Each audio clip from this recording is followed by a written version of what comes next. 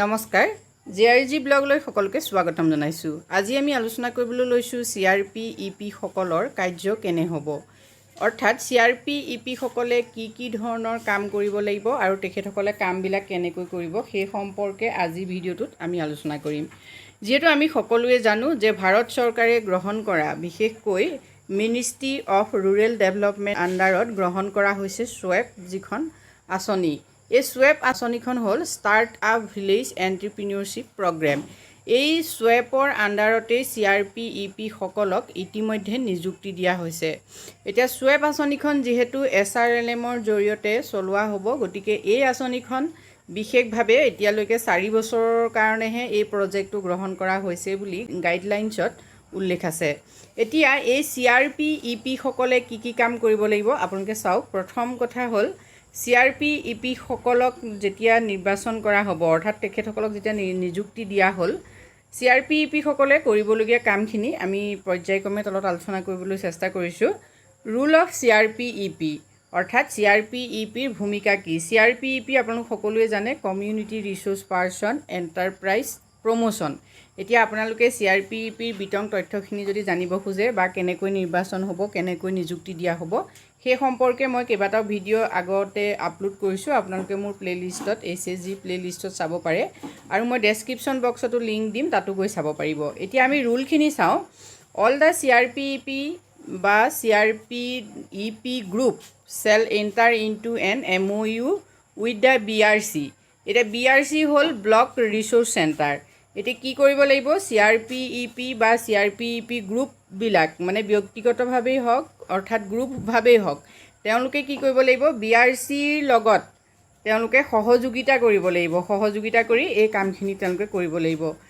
Next চাওক, প্ৰথম কামটো হ'ল কি, তেওঁলোকে CBO ট্ৰেইনিং অৰ্থাৎ কমিউনিটি বেছড যিবিলাক অৰ্গেনাইজেশ্যন আছে, সেই অৰ্গেনাইজেশ্যনবিলাকক কি কৰিব লাগিব, প্ৰশিক্ষণ দিব লাগিব। এতিয়া CBO বুলি ক'লে আমি কোনবোৰ অৰ্গেনাইজেশ্যনক বুজোঁ সেইটো চাওঁ। CBO যিবিলাক কোৱা হয় সেইবোৰ হ'ল SHG অৰ VO, ঠিক তেনেকুৱা ধৰণৰ যিবিলাক অৰ্গেনাইজেশ্যন। এতিয়া প্ৰথমতে আহিলে SHG VO's অৰিয়েণ্টেশ্যন, অৰ্থাৎ CRP-EPয়ে কি কৰিব লাগিব, গ্ৰুপটোৱে হওক বা ইণ্ডিভিজুৱেলি হওক, তেওঁলোকে SHG আৰু VOত অৰিয়েণ্টেশ্যন কৰাব লাগিব। নেক্সট আহিলে VO sub committee training on SWEP।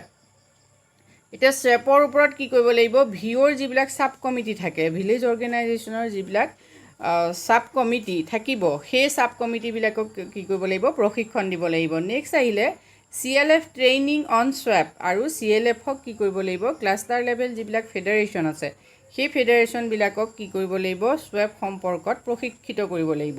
Next আহিলে BRC sub committee training on SWEP। BRC আকৌ যিবিলাক ছাব কমিটি থাকিব, মানে ব্লক ৰিচোৰ্চ চেণ্টাৰৰো ছাব কমিটি থাকিব, সেইবিলাকো কি কৰিব লাগিব, প্ৰশিক্ষণ দিব লাগিব। নেক্সট আহিলে এণ্টাৰপ্ৰিনিয়ৰ ট্ৰেইনিং এণ্ড ছাপোৰ্ট। এতিয়া যিসকলে উদ্যমিতা বিকাশৰ বাবে যিসকল আগবাঢ়ি আহিব, মানে যিসকল উদ্যোগী হৈ আহিব, তেওঁলোকক বাবে CRP-EPয়ে কাম কৰিব লাগিব। অৰ্থাৎ উদ্যমিতা বিকাশৰ বাবে তেওঁলোকে কেনেকৈ কাম কৰিব, ছাপোৰ্ট দিবৰ বাবে কেনেকৈ কাম কৰিব সেইটো চাওক। প্ৰথম আহিলে এণ্টাৰপ্ৰিনিয়ৰ ট্ৰিগাৰিং মিটিং, অৰ্থাৎ যিসকল উদ্যমিতা লক্ষ্য হিচাপে লৈ তেওঁলোকে কি কৰিব লাগিব, প্ৰথমতে এখন মিটিং মানে সভা আয়োজন কৰিব লাগিব। অৰ্থাৎ আমি সকলোৱে জানো যে SHGত বহুত সদস্য থাকে, বহুত মহিলা থাকে, কিন্তু সকলোৱে কি হয়, কিবা এটা কাম কৰিবৰ বাবে বা উদ্যোগ এটা কৰিবৰ বাবে বা প্ৰতিষ্ঠান এটা গঢ়ি তুলিবৰ বাবে আগবাঢ়ি নাহে। গতিকে তেওঁলোকক কি কৰিব লাগিব, প্ৰশিক্ষণ দি মানে তেওঁলোকক টাৰ্গেট হিচাপে লৈ মিটিং আয়োজন কৰিব লাগিব। নেক্সট আহিলে general orientation training for entrepreneurs and idea generation. এতিয়া কি হৈছে, সাধাৰণভাৱে এণ্টাৰপ্ৰিনিয়ৰখিনিৰ কাৰণে যিসকলে উদ্যোগী হয়, সেই উদ্যোগীসকলৰ বাবে তেওঁলোকে কি কৰিব লাগিব, এটা অৰিয়েণ্টেশ্যন প্ৰগ্ৰেম কৰিব লাগিব। নেক্সট আহিলে ছফ্ট স্কিল ট্ৰেইনিং ফৰ এণ্টাৰপ্ৰিনিয়ৰ্ছ, অৰ্থাৎ এণ্টাৰপ্ৰিনিয়ৰসকলৰ বাবে কি কৰিব লাগিব, সাধাৰণভাৱে তেওঁলোকে তেওঁলোকৰ যাতে যি দক্ষতা, সেই দক্ষতা বিকাশৰ বাবে প্ৰশিক্ষণ দিব লাগিব। নেক্সট আহিলে idea validation plan field activity by entrepreneurs. এতিয়া এণ্টাৰপ্ৰিনিয়ৰ্ছখিনিয়ে কেনেকৈ ফিল্ডত গৈ ফিল্ড ৱৰ্ক কেনেকৈ কৰিব, প্লেন কেনেকৈ বনাব, সেই সম্পৰ্কে CRP-EPয়ে কি কৰিব লাগিব, প্ৰশিক্ষণ দিব লাগিব। নেক্সট আহিলে বিজনেছ প্লেন প্ৰিপেৰেশ্যন, অৰ্থাৎ যিবিলাক ব্যৱসায়িক আঁচনি প্ৰস্তুত কৰিব লাগিব ব্যৱসায় সম্পৰ্কত যেহেতু আঁচনি প্ৰস্তুত কৰিব লাগিব সেই আঁচনি কেনেকৈ প্ৰস্তুত কৰিব সেই ক্ষেত্ৰতো CRP-EP চকু দিব লাগিব নেক্সট আহিলে বিজনেছ মেনেজমেণ্ট ট্ৰেইনিং টু এণ্টাৰপ্ৰিনিয়ৰ্ছ এতিয়া ব্যৱসায় কেনেকৈ পৰিচালনা কৰিব সেই ক্ষেত্ৰত কি কৰিব লাগিব CRP-EP ট্ৰেইনিং দিব লাগিব এণ্টাৰপ্ৰিনিয়ৰ্ছখিনিক নেক্সট আহিলে need based performance improvement plan এটা নিড বেছড অৰ্থাৎ কি হৈছে প্ৰয়োজন সাপেক্ষে মানে যিটো অঞ্চলত এণ্টাৰপ্ৰিনিয়ৰসকল আগবাঢ়ি আহিব কাম কৰিবলৈ সেই অঞ্চলটোত কি প্ৰয়োজন আছে কি বস্তুটো তেওঁলোকে উৎপাদন কৰিলে বা কি বস্তুটোৰ ওপৰত তেওঁলোকে যদি ব্যৱসায় কৰে তেওঁলোক লাভৱান্বিত হ'ব সেই ক্ষেত্ৰত পৰিকল্পনা কেনেকৈ প্ৰস্তুত কৰিব বা নিড বেছড পাৰফৰ্মেন্স তেওঁলোকে কেনেকৈ সিলেকশ্যন কেনেকৈ কৰিব ইম্প্ৰুভমেণ্ট কেনেকৈ কৰিব সেই ক্ষেত্ৰত কি হৈছে CRP-EP সহায় কৰিব লাগিব নেক্সট আহিলে লোন ফ'ল' আপ ছাপোৰ্ট এতিয়া যেহেতু তেওঁলোকে লোন ল'ব লাগিব লোনৰ বাবে তেওঁলোকক কি কৰিব লাগিব ছাপোৰ্ট কৰিব লাগিব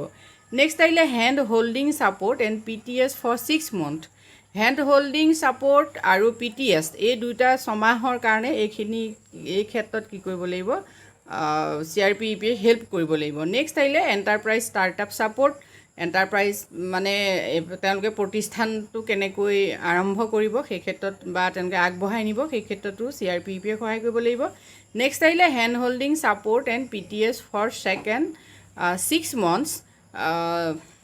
6 মান্থ আকৌ নেক্সট মানে আৰু দ্বিতীয় যিটো ছমাহ 2 নম্বৰ ছমাহ যিটো ছমাহ সেই ছমাহৰ কাৰণেও তেওঁলোকে কি কৰিব লাগিব ছাপোৰ্ট দি থাকিব লাগিব মানে এই কথাটো এনেকুৱা যে এণ্টাৰপ্ৰিনিয়ৰখিনিয়ে যেতিয়া কাম কৰিবলৈ ল'ব অৰ্থাৎ কোনোবাই এটা প্ৰতিষ্ঠান তেওঁলোকে আৰম্ভ কৰিলে প্ৰতিষ্ঠানটো আৰম্ভ কৰাৰ ছমাহলৈকে কি হৈছে তেওঁলোকক চোৱা চিতা কৰিবই লাগিব নেক্সট ছমাহৰ বাবেও CRP-EP তেওঁলোকক চকু দি থাকিব লাগিব মানে হাতে কামে তেওঁলোকক কিছুমান ক্ষেত্ৰত ছাপোৰ্ট দিব লাগিব সহায় কৰিব লাগিব নেক্সট আহিলে মাৰ্কেট লিংকেজ এইটো সকলোতকৈ ডাঙৰ কথা যিহেতু আমি সকলোৱে জানো যে ইণ্ডাষ্ট্ৰি এটাই হওক বা যিকোনো এটা প্ৰতিষ্ঠানেই নহওক কিয় সেই প্ৰতিষ্ঠানবিলাকে দ্ৰব্য সামগ্ৰী উৎপাদন কৰিলে কিন্তু উৎপাদন কৰাৰ পাছত বিক্ৰী কৰিবলৈ যেহেতু বজাৰ নাথাকে এতিয়া CRP-EP কি কৰিব লাগিব লোকেল যিবিলাক মাৰ্কেট আছে লোকেল মাৰ্কেটত কোনখন মাৰ্কেটত কি দ্ৰব্য চলিব তেওঁ কি দ্ৰব্য উৎপাদন কৰাইছে এণ্টাৰপ্ৰিনিয়ৰবিলাকৰ লগত সেই কথাটো তেওঁ চোৱা চিতা কৰি কি কৰিব মাৰ্কেট লিংকেজ কৰাব অৰ্থাৎ দ্ৰব্য সামগ্ৰীটো নি কেনেকৈ বজাৰত বিক্ৰী কৰিব সেই সম্পৰ্কে তেওঁ